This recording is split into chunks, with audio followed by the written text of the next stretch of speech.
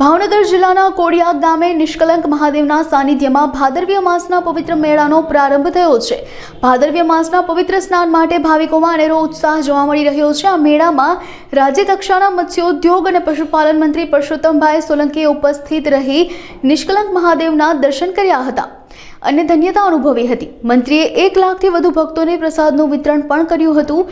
મેળામાં દર્શનાર્થીઓની સુરક્ષા અને સુવિધા માટે જિલ્લા વહીવટી તંત્ર, પોલીસ વિભાગ, આરોગ્ય વિભાગ અને અન્ય તમામ વિભાગોના અધિકારીઓ અને કર્મચારીઓ સતત ફરજ પર તૈનાત રહ્યા હતા। અનેક સામાજિક સંસ્થાઓએ પણ ચા, પાણી, નાસ્તો અને ઉતારાની વ્યવસ્થા કરી માનવ સેવાનો ઉત્તમ દાખલો પૂરો પાડ્યો હતો। આજે નિષ્કલંક મહાદેવના આ શુભ પ્રસંગે અહીંયા લગભગ 2 લાખની ઉપર અહીંયા સમાજના આગેવાનો અને વડીલો ઉપસ્થિત છે। આ આખા ગુજરાતમાંથી અને સમગ્ર આખા ભાવનગર જિલ્લાના તમામ આગેવાનો અહીંયા છે।